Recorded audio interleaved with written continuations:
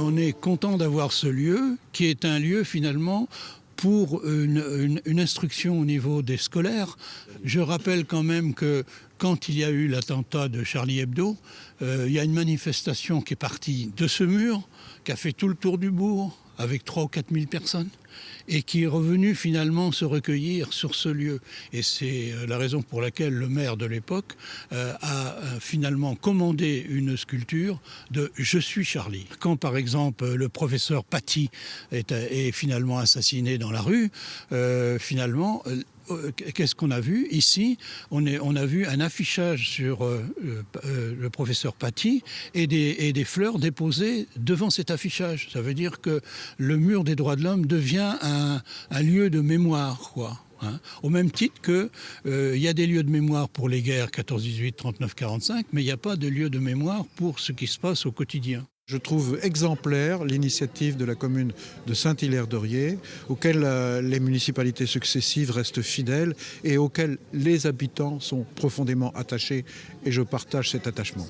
À cette belle initiative qui maintenant existe depuis plusieurs années, depuis la municipalité de Jacques Fraisse, mais qui continue de porter un message de mobilisation.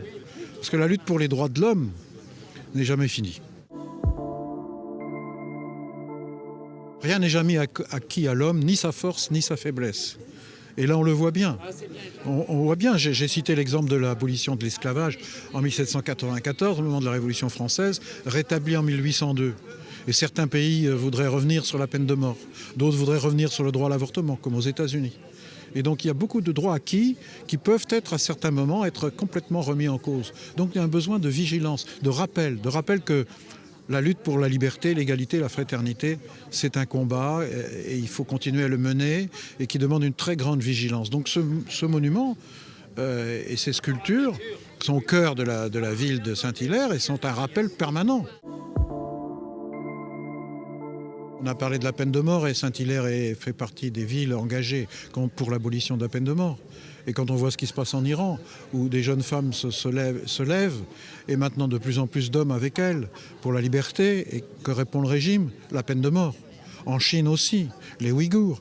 Donc les combats en Ukraine, avec les viols et les tortures et les massacres de civils. Donc c'est pour dire que nous avons besoin de rester entièrement mobilisés.